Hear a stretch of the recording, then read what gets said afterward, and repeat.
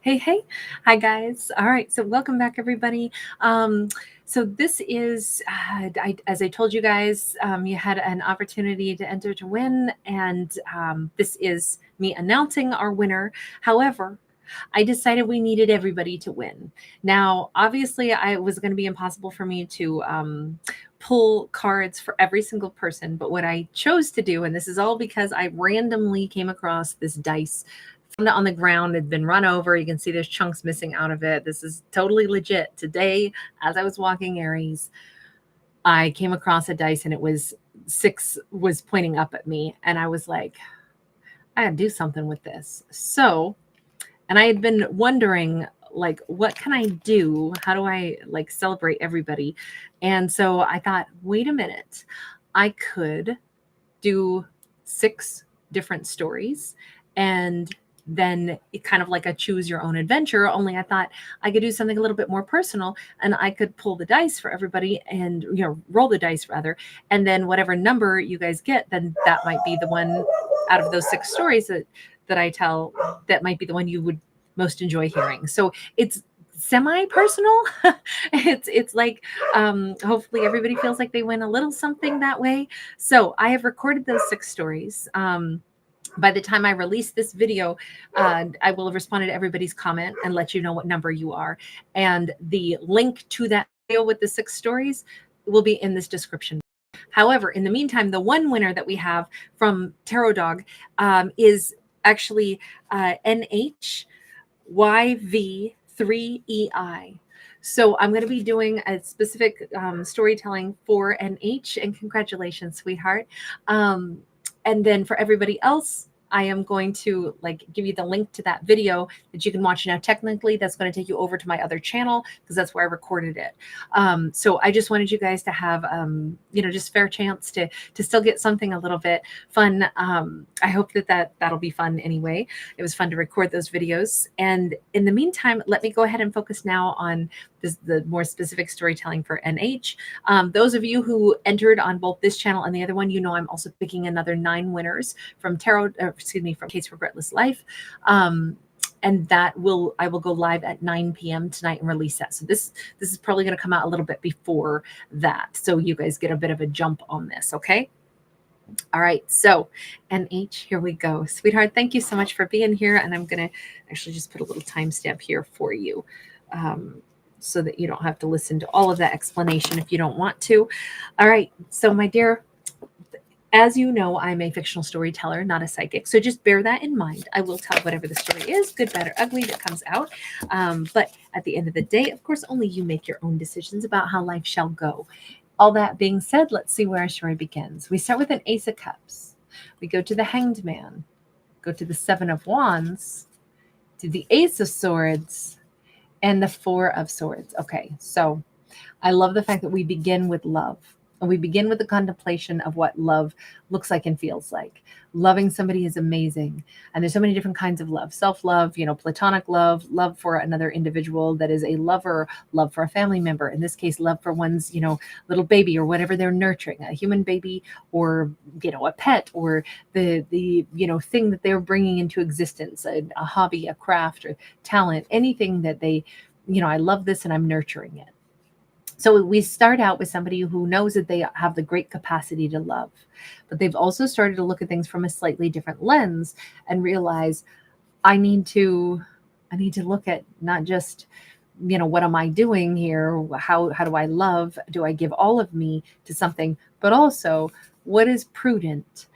Where should I put up boundaries also around, how much love I give?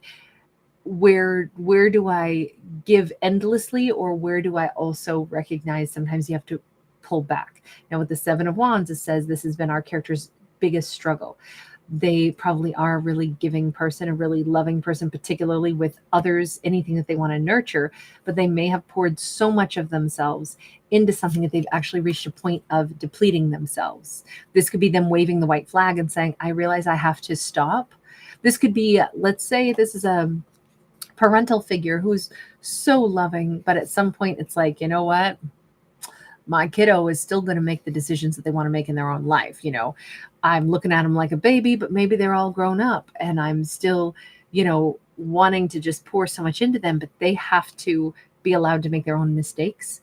And maybe it's really hard for me to say that, but I know that they have to be able to do that. So I'm waving the white flag. I'm kind of cutting myself off just a little bit, even though it's tough, but also I'm kind of depleted. I need to go rest and restore myself. Or this could be somebody that has loved an individual just, beyond measure. And that's beautiful. But they also are like, but I'm also depleting myself to a certain extent. I have to put up a boundary because I've got to stop, and I either have to learn how to let somebody else love me back, or maybe I need to withdraw a little bit and let somebody miss me. If this is about like a romantic situation, this could be a character who says, I have to not overgive to somebody. They should be giving to me as well. And if I feel depleted, maybe I need to take responsibility for that to a certain extent and say, maybe I have been overgiving to them. And maybe an act of self-love for me is to know when to pull back. It doesn't feel mean-spirited. It doesn't feel like, oh, somebody's trying to take advantage of me. This all feels like it's spoken from one person's perspective about, them learning where to give, but also where, like, oh my gosh, I'm like depleting my own self to give so much. And that's not going to be good for me nor anybody. So let me pull back, let me rest, let me take care of me for a bit. It's interesting because that is not, this character's like, but it doesn't feel good to pull back. 9 of Cups in the reverse. I don't want to pull back. Or this could be the other individual that they're pulling back from, who's like, I don't like it when you pull back. I like it when you give me your yum yum energy. Give me more yum yum. And it's like, no, you can't have all the yum yums. You have to give something back, or you have to start bringing more to the table in order, if they've been the one draining her dry, then we definitely could have somebody who needs to recognize that. We've got the 7 of Swords and it's sideways. Okay, so I'm going to say that this is somebody who is lying to themselves. Maybe they're not identifying or don't want to identify that they are the reason she has to withdraw. I'm going to say she is our lead character, and I'm going to say that I'm saying he just because of what we saw on the card, the masculine here, but I don't want to say that this has to be a masculine who's been too, greedy, too, gobbling up her energy on purpose to be rude or anything. There's nothing here that says that he's been trying to do that. It just seems like that is what has kind of been happening. We have a 2 of Pentacles upright. We got the 9 of Wands. Okay, so they're lying to themselves about the fact they want to act like, but I was giving a ton, but in fact, it says that they were wounded and they were expecting her to fix them. So I do feel like this has been a bit of an energy drain, and they haven't wanted to admit that because they're like, but I really care about her. Yes, but if you were wounded and a lot of things were about you, about what you needed, then you're not really being super honest about the fact that she was giving you more than you were giving in return. We have a 7 of Pentacles, and we see her turning and walking away. We saw the Ace of Swords in the reverse. He still keeps saying, I mean, yeah, but she wanted to give to me, right? They won't see the truth of this still, is what it says. So I definitely feel like there's somebody who still really, really, really, really wants to tell themselves she likes giving to me. Instead of like, maybe I depleted the heck out of her. And maybe this could be a boss who's been demanding too much of somebody, but they want to still keep acting like, I mean, no, like they're a great worker and I really want them here, but I mean, they love their work. They're going to miss this if they're not here all the time. And it's like, come on now. They're worth a lot more. She's worth a lot more to you. And you've needed her more than she needs you. She is the one with the abundance. She brings in, if she's a worker, man, she's a great worker. By the way, she could have a couple of kittens. This could be somebody who's making good decisions for herself right now because she doesn't want to be depleted. Something could have been like prematurely aging her, and she's gained the wisdom to say, if I keep getting depleted, I realize maybe this is the end of the road for me on this like love story, or this is where I stop giving anymore.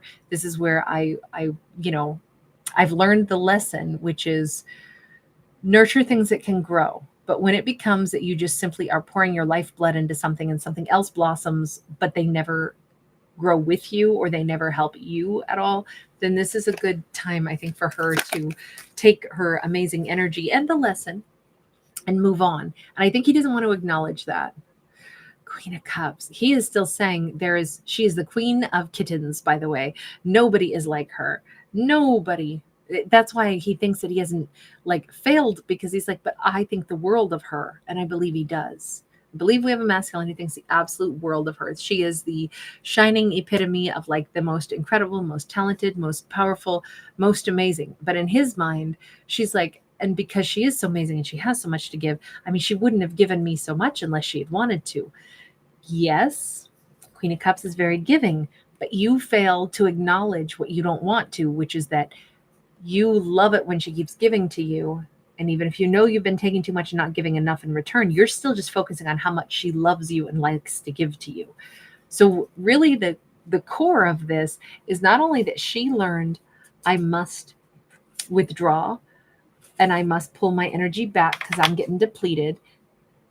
But yes, I know that they love when I give them my energy. And I even know that they think really highly of me, but they're still selfishly gobbling me up, and they still keep denying that they're doing that, or they keep sidestepping the fact that they need to give in return. That's all I see here, is that this is somebody who's just like, but she loves me. She loves to give to me. Yes, but you need to give to her too.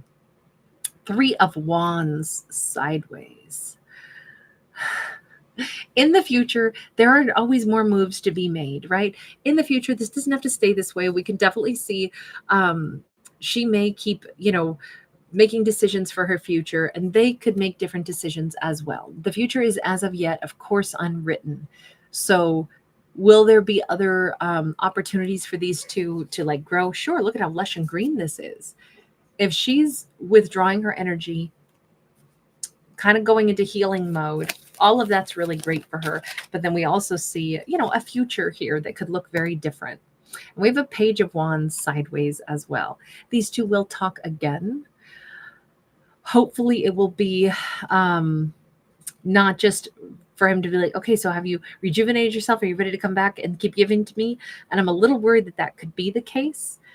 But on the other hand, she could meet somebody else in the meantime as well. That could be a new energy. The Hermit. We have Virgo vibes here. We have somebody withdrawing. I feel like she's withdrawing more and more, sitting in her truth, sitting in her little teapot. We see a little mouse in the teapot. I almost think that it's going to turn out that she does hear from them, but she may choose not to respond, because it's like, if they haven't reached out to me in the right way to tell me like they want to offer me something, then I probably am not going to be too eager to have dialogue with them. In fact, she may be under the impression that this is the ending of this, because she doesn't want to keep giving to somebody that isn't, prepared or isn't even aware that they should be giving something in return. So that's how I would say this. I don't think it's a tragedy. I think it's a little bit disappointing, but I don't think it's the end of the world. But they've got some growing up to do, from what I can tell. All right, I'm going to leave this here. Thank you so much for being here. Thanks for giving it a thumbs up and subscribing. Take care. Bye for right now. And I really appreciate you, NH. I'm sorry, Aries just popped in and distracted me for a moment. I'm signing off on this like it's a regular video when it's not. But thank you so much for bringing your lovely energy here. Thank you for just making my channel a kinder, softer landing for all of us. So I really appreciate you. Take care. Bye.